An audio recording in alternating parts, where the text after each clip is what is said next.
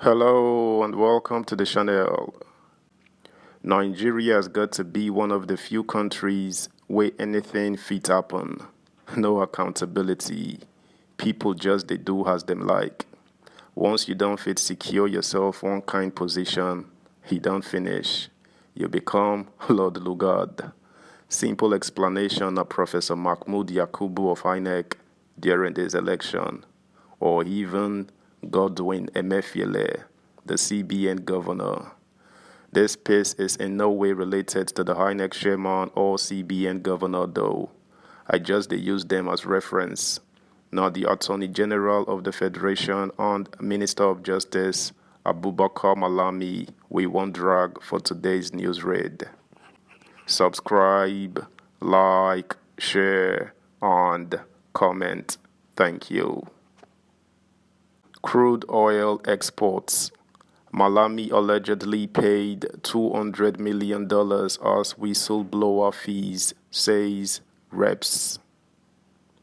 The House of Representatives ad hoc committee investigating the sale of 48 million barrels of crude oil amounting to over $2.4 billion and crude oil exports to China from 2014 to date said yesterday it has uncovered payment of $200 million allegedly made as consultancy fees in whistleblower recoveries by the Attorney General of the Federation, AGF, Abubakar Malami, within statutory approvals.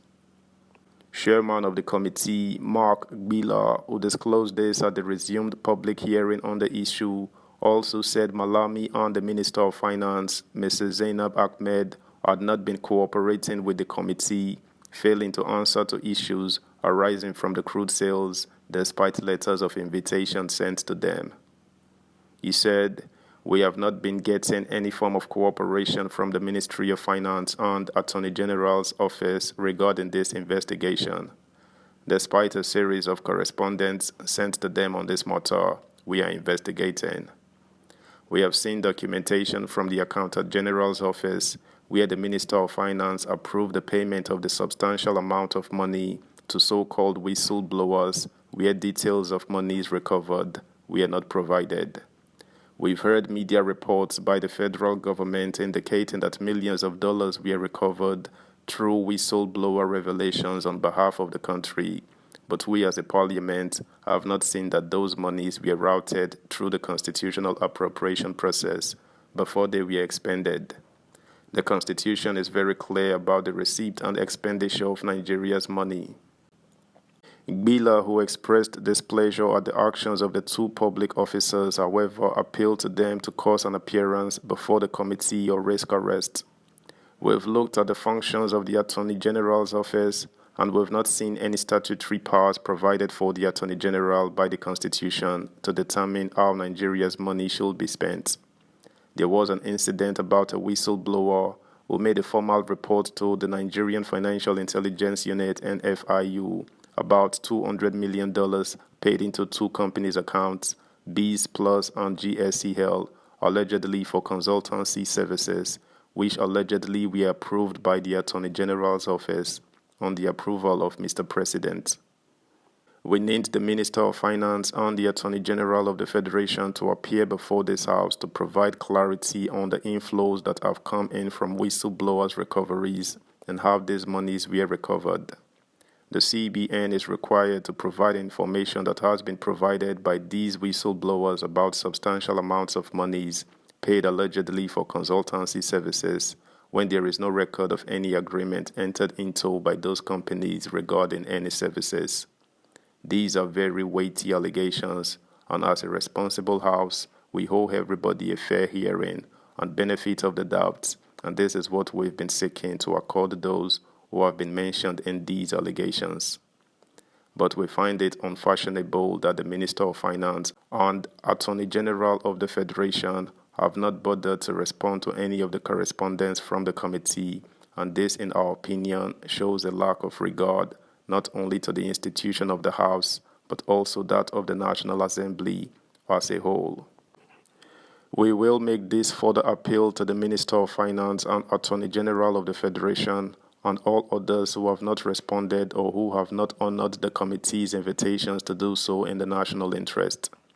In the event that they fail to do so, we will be constrained to invoke the instruments of the summons and all other necessary powers the National Assembly can exercise in this regard.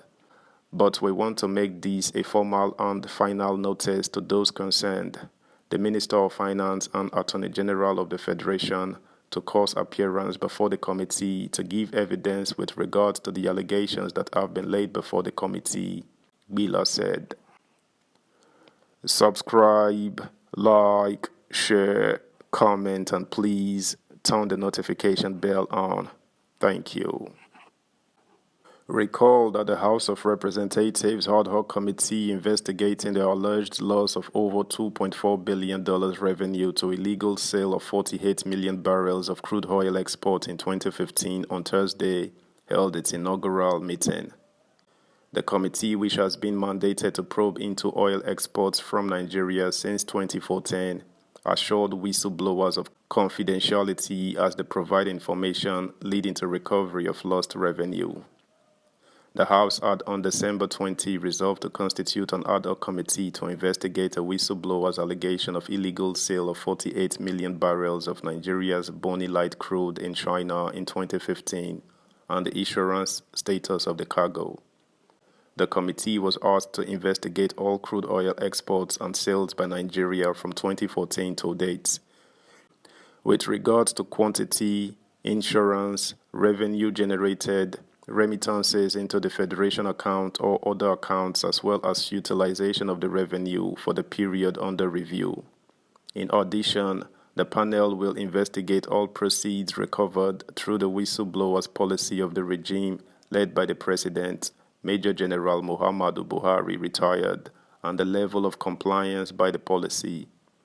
The committee is to report back within 4 weeks for further legislative action. The chairman of the committee, Mark Gbila, who addressed journalists in Abuja on Thursday, recalled that a whistleblower raised the alarm in 2020 that Nigeria's crude in China was diverted and sold by some individuals. The government, who were in the nation's oil corporation, who were in the security agencies, and who were also cronies of those in authority at the time. Gbila stated that the committee was committed to unraveling the facts of the matter. It disclosed that the panel would interrogate the whistleblowers, some of whom he claimed had reached out to the committee, alleging threats to their lives, that they were intimidated at gunpoint, allegedly. That's the news, guys. Thanks for listening. Until next time, bye.